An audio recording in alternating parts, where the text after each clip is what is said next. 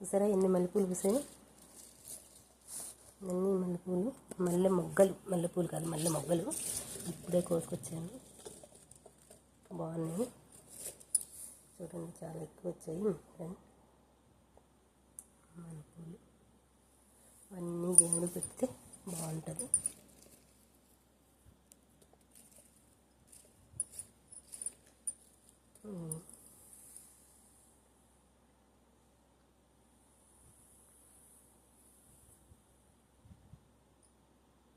అన్ని మల్లెపూలు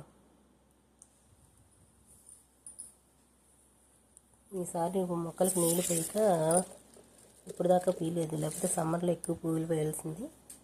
వర్షం పడింది కదా, వర్షానికి కొంచెం చిగురించి బాగా పోస్తున్నాయి. ఇంకా